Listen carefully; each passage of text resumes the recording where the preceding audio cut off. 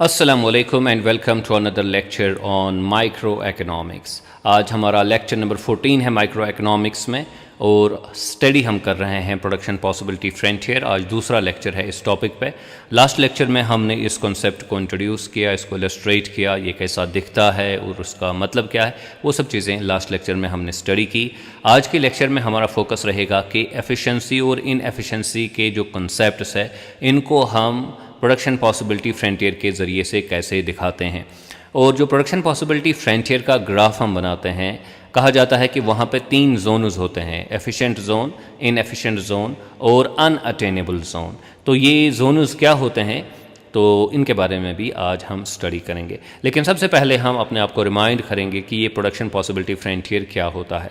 तो हम जानते हैं कि प्रोडक्शन पॉसिबिलिटी कर्व या फ्रंटियर जो है ये हमें दिखाता है maximum amount of two goods, यानी कि जो आप सबसे ज़्यादा बना सकते हैं एक्स और वाई की quantities, okay, maximum amount of two goods that can be produced, जो बनाए जा सकते हैं by maximum utilisation of resources. जब आप पूरे के पूरे रिसोर्सेज अपने यूटिलाइज करेंगे और टेक्नोलॉजी को यूज़ करेंगे तो तब जाके जो भी आप बना सकते हैं, जो combinations of X and Y बना सकते हैं, उसको हम प्रोडक्शन पॉसिबिलिटी फ्रंटियर कहते हैं। तो ये हमारा प्रोडक्शन पॉसिबिलिटी फ्रंटियर है और ये हमें दिखाता है different combinations of X and Y that can be produced with maximum utilization of resources and best use of technology। तो ये है हमारा प्रोडक्शन पॉसिबिलिटी फ्रंटियर। तो ये है जो हम बना सकते हैं, ये जो मैंने यहाँ पे डॉट्स डाले या ये जो पूरी लाइन है प्रोडक्शन पॉसिबिलिटी फ्रंटियर की, ये हमें बताती है कि क्या पॉसिबल है आपके लिए, कि कौन सी कॉम्बिनेशंस आप बना सकते हैं जब आप अपने रिसोर्सेज का मुकम्मल इस्तेमाल करेंगे और अपनी टेक्नोलॉजी का बेस्ट इस्तेमाल करेंगे। तो ये रही बात प्रोडक्शन पॉसिबिलिटी फ्रंटियर की। अब हमारे लिए सवाल ये पैदा होता है कि ये एफिशिएंट, इनएफिशिएंट और इम्पॉसिबल जोन्स क्या होते हैं। तो पहले हम इम्पॉसिबल जोन से स्टार्ट करते हैं। देखिए, जब आप पूरे रिसोर्सेज इस्तेमाल करेंगे तो सपोजिंग आप ये कॉम्बिनेशन बनाएंगे, ये एक्स और वाई है, ठीक है, इतना एक्स और इतना वाई आप बनाएंगे। तो अभी अगर आप चाहते हो कि आप थोड़ा वाई को ज़्यादा बनाएं तो क्या बना सकते हैं? तो आप नहीं बना सकते हैं। क्यों नहीं बना सकते हैं? क्योंकि आपके पास जो रिसोर्सेज है वो आपको एलो करते हैं कि आप यहाँ तक ही बना सकते हैं। जब आप जो है एक्स इतना बनाएंगे तो एट दैट टाइम आप वाई इतना ही बना सकते हैं। तो ये आपका लिमिट है, इसके ऊपर आप नहीं जा सकते, आप एक्स में वाई में अभी इजाफा नहीं कर सकते। सिमिलरली अगर आप जो है, अगर आप इतना वाई बना रहे हैं, एट दैट टाइम इतना एक्स बनेगा, तो ये वाई है, ये एक्स है। क्या आप एक्स में इजाफा कर सकते हैं, यानी कि क्या आप यहाँ जा सकते हैं, यहाँ पे जाके जो है एक्स को बना सकते हैं, जबकि आप जो है वाई उतना ही रखेंगे जितना आपके पास पहले है? नहीं, आप ऐसा नहीं कर सकते हैं, क्योंकि आपके जो रिसोर्सेज है वो आपको एलो करते हैं यहाँ तक जाने के लिए, प्रोडक्शन पॉसिबिलिटी फ्रंटियर तक जाने के लिए, इससे बाहर आपको वो एलो नहीं करते हैं। तो दैट मीन्स कि कोई भी पॉइंट जो होगा प्रोडक्शन पॉसिबिलिटी फ्रंटियर के बाहर, ठीक है, वो आप हासिल नहीं कर सकते हैं, वो आप अटेन नहीं कर सकते हैं, क्योंकि आपके रिसोर्सेज आपको ये अलो नहीं करते हैं।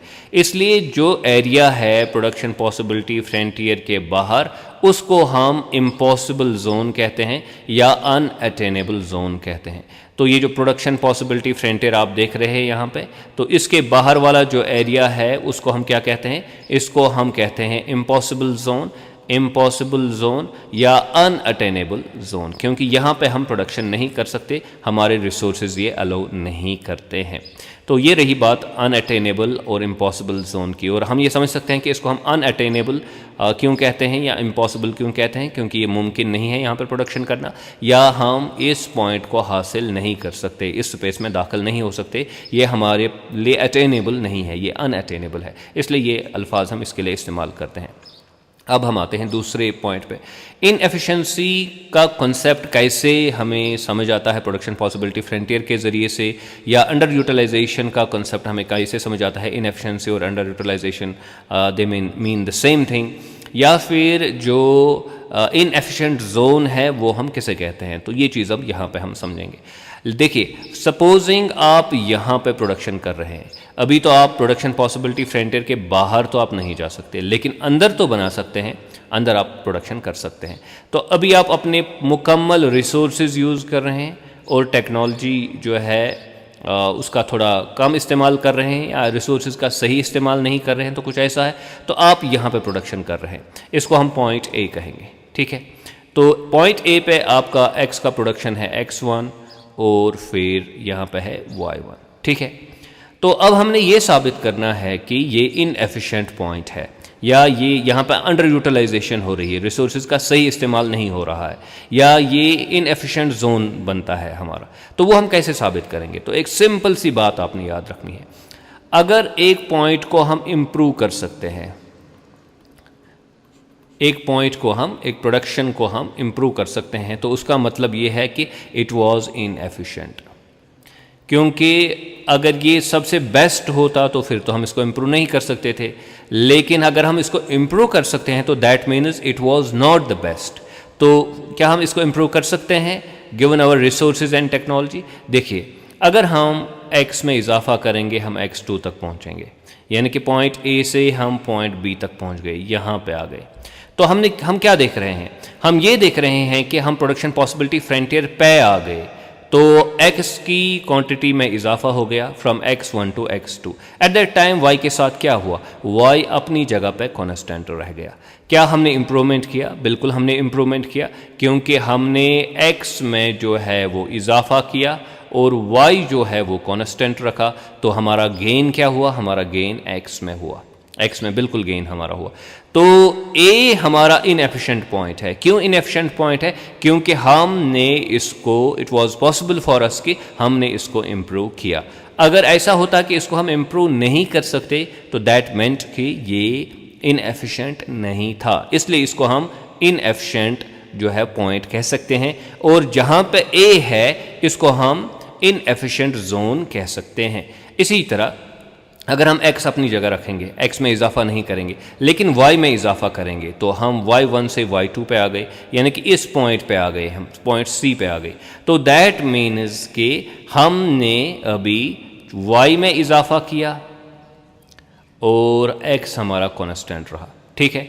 तो यहाँ पे ये सवाल पैदा होता है, क्या हमने ज़्यादा अभी रिसोर्सेज इस्तेमाल किए या कोई नई टेक्नोलॉजी इस्तेमाल नहीं की? नहीं, जो हमारे पास ऑलरेडी थे रिसोर्सेज, जो हमारे पास ऑलरेडी थी टेक्नोलॉजी, उसी का हमने सही से इस्तेमाल किया और अपनी प्रोडक्शन में हमने इजाफा किया। इस वक्त हमने y में इजाफा किया, इससे पहले हमने x में इजाफा किया था। So the point here is कि पॉइंट C जो है वो है इम्प्रूवमेंट।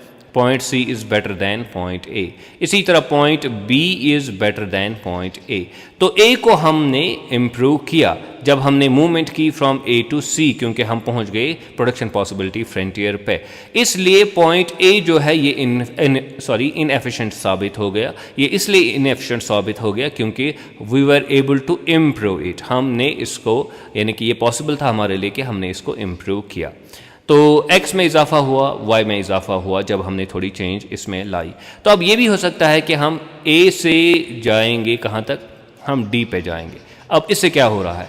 हम ये देख रहे हैं कि हम x में भी, अगर हम A से D पे जाएंगे तो x में भी इजाफा हो गया from this amount to this amount, और y में भी इजाफा हो गया from this level to this level.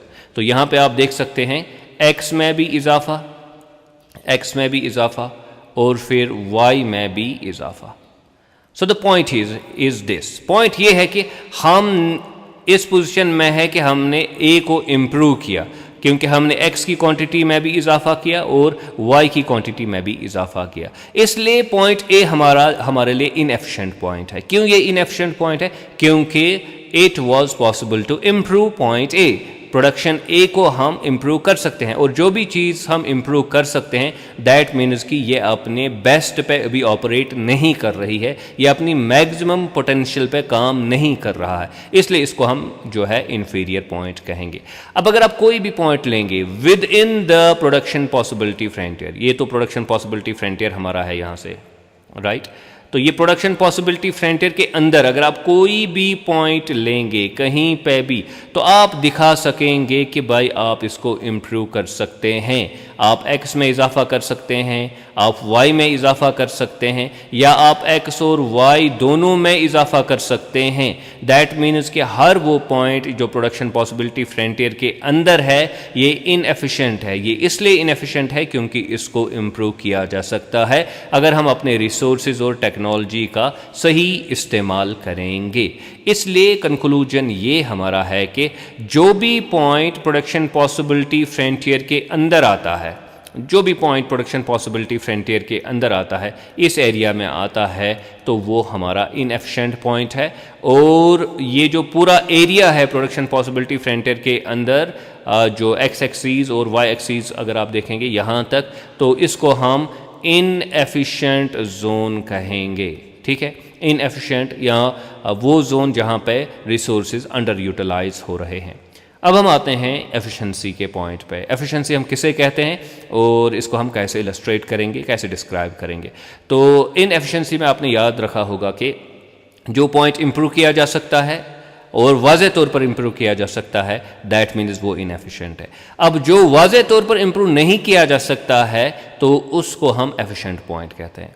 Not इम्प्रूवेबल, हाँ, जो इम्प्रूवेबल नहीं होगा, क्लियरली इम्प्रूवेबल नहीं होगा, तो उसको क्या कहते हैं, उसको एफिशिएंट पॉइंट कहते हैं। तो चलिए मैं यहाँ पे दिखाता हूँ। सपोजिंग हम यहाँ पे प्रोडक्शन कर रहे हैं, ये पॉइंट ए है, तो हाँ एट दैट टाइम हम यहाँ पे x2 प्रोडक्शन कर रहे हैं और यहाँ पे y2 प्रोडक्शन कर रहे हैं। ठीक है, अभी मैं चाहता हूँ कि मैं x में इजाफा करूँ, तो मैं आ रहा हूँ पॉइंट b पे। ठीक है, तो पॉइंट बी पे तो x में इजाफा हो गया, x3 पे पहुंच गया, लेकिन यहाँ पे y में तो कमी आ गई, हम y1 पे पहुंच गए। तो दैट मीन्स कि जहाँ पे मैं x में इजाफा कर रहा हूँ वहाँ पे y में मुझे कमी मिल रही है।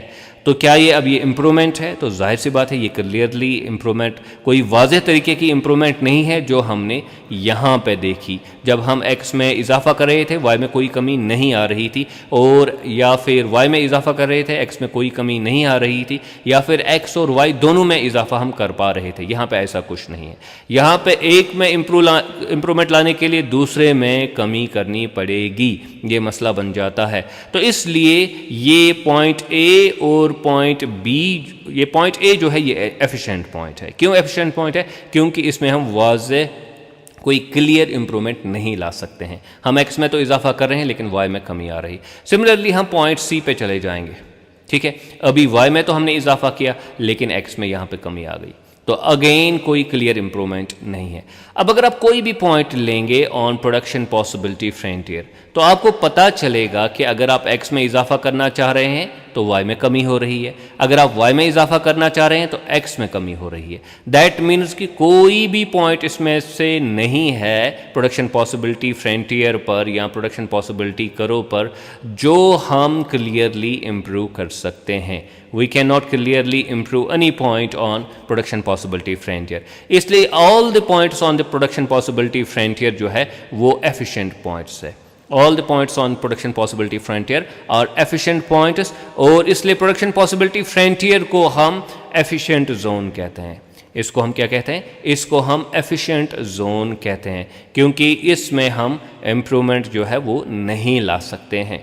सो आज के लेक्चर में हमने तीन चीज़ें जो है वो एक्चुअली फोकस की। एक हमने देखा कि एफिशिएंट जोन क्या है, इनएफिशिएंट जोन क्या है और अनअटेनेबल जोन क्या है, और दो कॉन्सेप्ट्स पे हमने फोकस किया। वो एक तो एफिशिएंसी का कॉन्सेप्ट है और दूसरा इनएफिशिएंसी का कॉन्सेप्ट है।